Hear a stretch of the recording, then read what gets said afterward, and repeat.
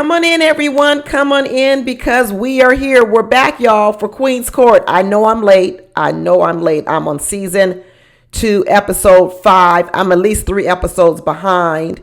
So I'm not going to do like a recap of the show necessarily because I know most of you are already ahead of me. And so you really don't need to sit here and listen to me recap the show. But I did want to come in and check in with y'all because I wanted to let you know I'm still watching it. You know, this show is kind of hard for me to recap. It's so many men. It's so many people to talk about. It's a really hard show to recap. And because you got to have so many pictures. And y'all know I'm not the best editor. And I don't always have 3 and 4 hours to edit no video. So it makes it hard to recap this show because there's so many moving parts, so many men. I'm hoping that as we get down the line in these later episodes, the crop of men are starting to decrease, which will make it easier to sort of talk about the different men.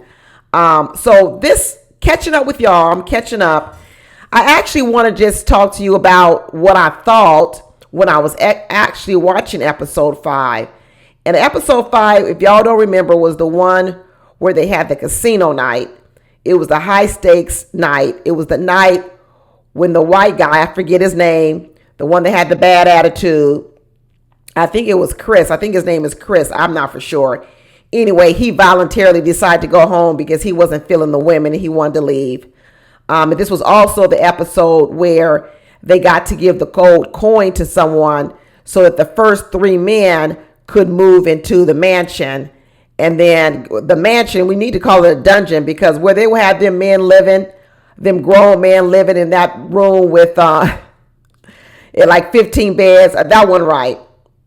These men were like, we supposed to be, you said you wanted some high flying men, some high value men to come on this show and really be a nice crop of men for these ladies to choose from. And then you put us down in a college dorm room, sharing a room with 15 men. It's like a man's camp. It was like a man's camp. They weren't happy about it at all. I don't blame them. I mean, sharing a room, of course, you can't have 15 rooms, so you could share a room. But I don't know if you should have 15 men sharing a room. That was a little bit too much for me. I don't know what you're supposed to do. It is TV. But the part I wanted to come talk to you guys about was just like my thumbnail said, is London too sexy? So for the most part, I'm just going to talk about London. I mean, we know stuff is going on with Lisa Ray. We know stuff is going on with Kay Michelle. But I think I found the person the most interesting this episode was London. So that's who I'm going to focus on. And first, what I want to say is I like London. I think she's actually a sweet girl. Like I said, I didn't know much about her before this episode. And so when I was listening to her dating dilemmas earlier on, she was talking about how, you know, basically she has a bad picker. She doesn't know how to pick men. And she seems like she picks the wrong type of men. And I said, I wonder why she has such a bad picker. What's going on? But the more I started watching London, I started to have this feeling that she's kind of her own worst enemy in dating. She kind of creates what she gets. And this is what I want to have talk to y'all about because I know I'm of an older generation and I know I might have a little bit more conservative views on this topic than maybe some of you younger people. But in the end, it really doesn't matter if I'm older, if I'm younger. All it matters is London getting the results that she wants doing what she's doing? That's really the bottom line. It really isn't even about what I would do, what you would do. It's really about that when you're out in the dating world and you're getting lousy results, lousy results, right? You're the one getting the lousy results. You're the one picking the man. You're the one showing up in the dates. You're the one showing up in the relationships. You're showing up. And what you're saying is, you know, I'm getting lousy results. And lousy results could be different things. Oh, I'm not getting any dates. No one's asking me out. Lousy results could be I'm attracting the wrong man. I'm picking the wrong man. It could be a number of things. Sometimes you pick the wrong man because you don't have a good crop of men to pick from. So then you say to yourself, well, why don't I have a good crop of men? There are good men out here. So why don't those good men want me? When it comes down to it, what I feel happens to London a lot of times is that London crop of men that she needs to choose.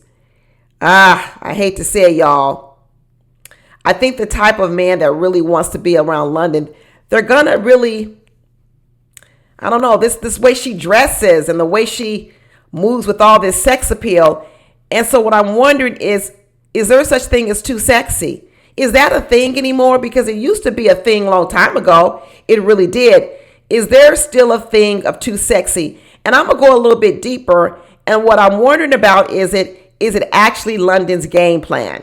Is it her game plan? Does she really love this vixen role?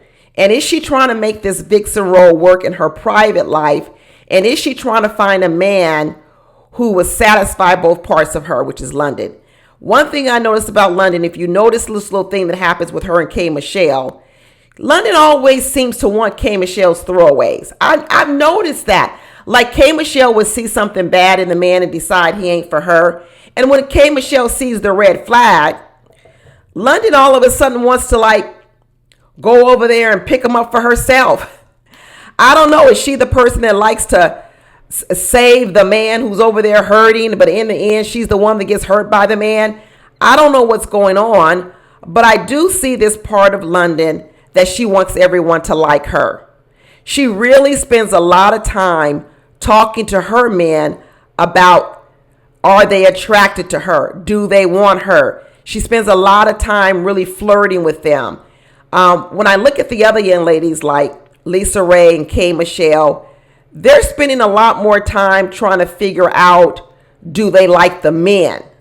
But what London is spending all her time about is asking the men, do they like her?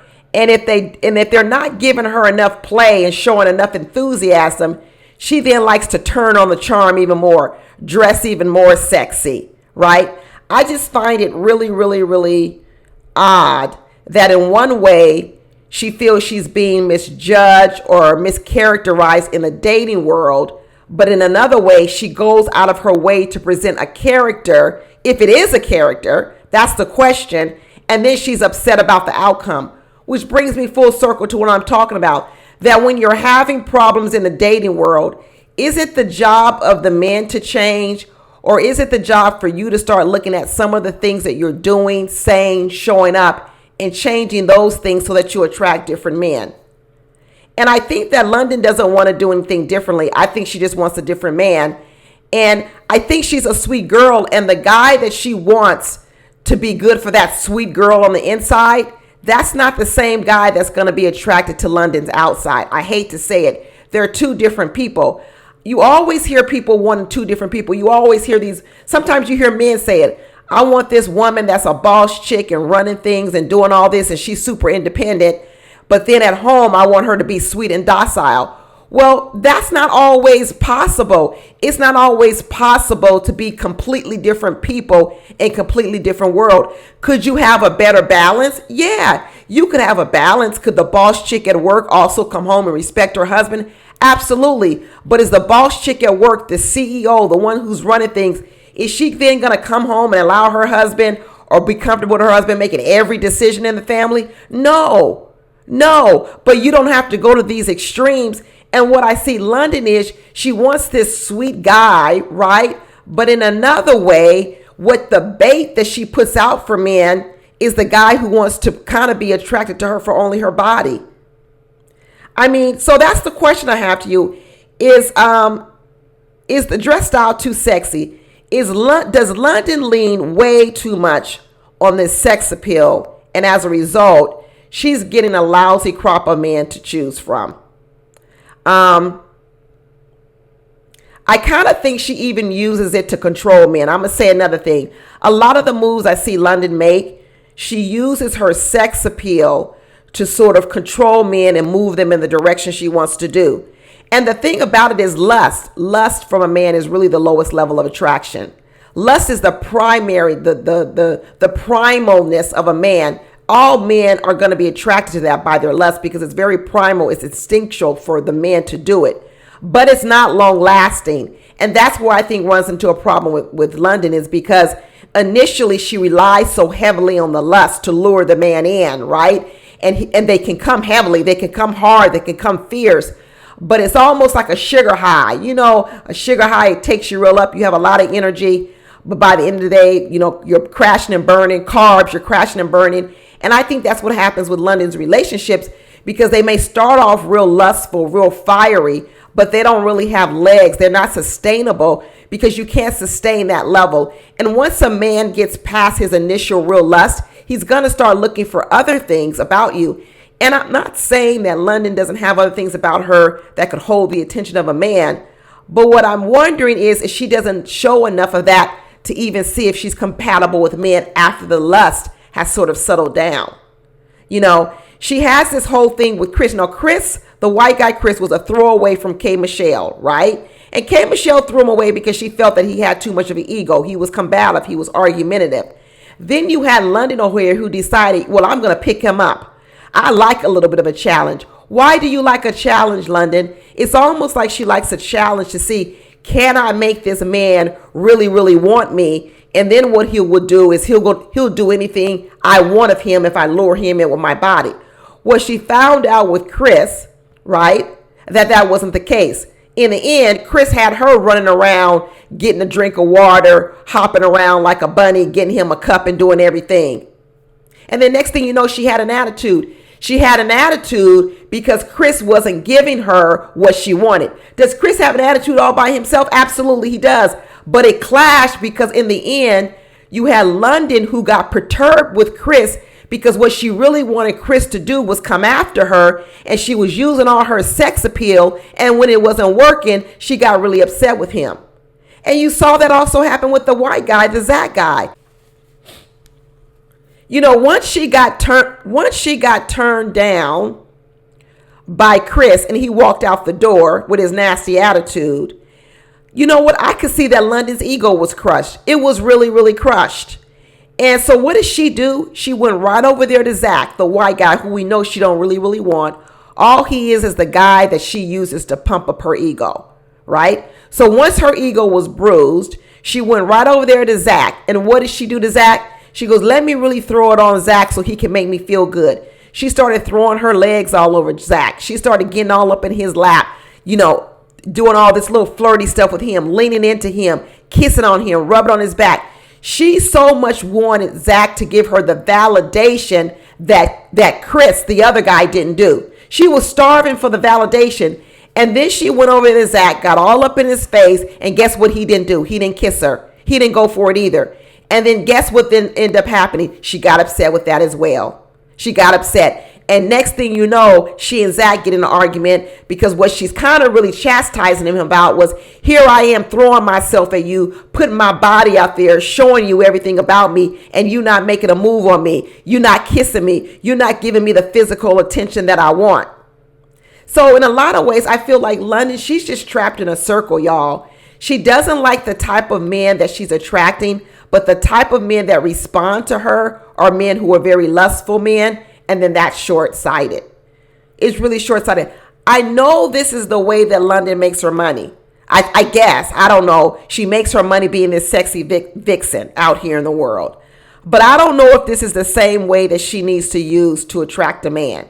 She might need to go the complete opposite. She might need to say, okay, that's fine if you want a man who's going to be comfortable with your sexy, but maybe that's not the bait you need to be using to meet the man that you want.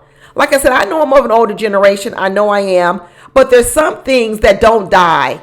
There's some things that just don't die. And a lot of men, I'm not for sure, they would be able to have the Londons of the world out with them with all of this sex appeal. You know, she met this one guy, I forgot what he was. He was the one saying he'll do anything. He'll drive her around, driving Miss Daisy. And she was like, I don't want no man all up under me all the time. I want to be free. More than likely because I think London needs a lot of attention from men, and she doesn't want to rely upon attention from just one man. I think she's addicted to the attention, y'all. And I think any man that she finds, his attention isn't going to be enough. I think she needs it from a lot of people. And I'm not for sure what man would be comfortable with a woman who needs so much attention from men all the time. London's got a dilemma. She's got a real big problem. I don't know what she's going to do. I think she thinks it's just the man. I'm not for sure she's taken enough ownership of her dating dilemma. She's the common denominator. She's old enough now to know how much she's contributed to her dating dilemmas. You see, maybe when you're in your 20s or maybe even your early 30s, you're still figuring it out. But once you get to London, isn't London close to I don't know. I don't want to put her in her 40s. She's got to be her late 30s at least. Let me see how old she is. Let me Google her real quick. What's her name? Her name is London. It's really,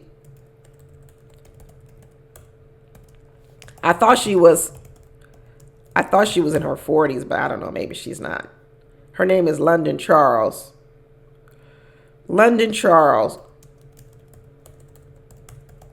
What's her age? Oh, geez, y'all. She's 46 years old. London Charles, which her real name is Chandra Davis, is 46 years old.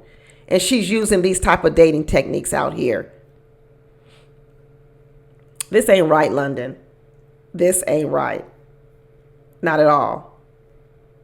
Not at all. Well, we'll see what happens. I'm going to move on to episode 6, y'all. I'm going to come back and talk to you some more. But those are the questions I have about you right now, about London. Do you think she needs to change her dating techniques at 46 years old? Or should she just keep doing the same thing she's doing but getting lousy results? Lousy results. Doing the same old thing but getting lousy results. Is it time for her to switch it up? And I'm going to tell you right now, and I think it's time for her to switch it up. I really, really do. But anyway, I see y'all back here for episode 6. Talk to y'all later. Bye.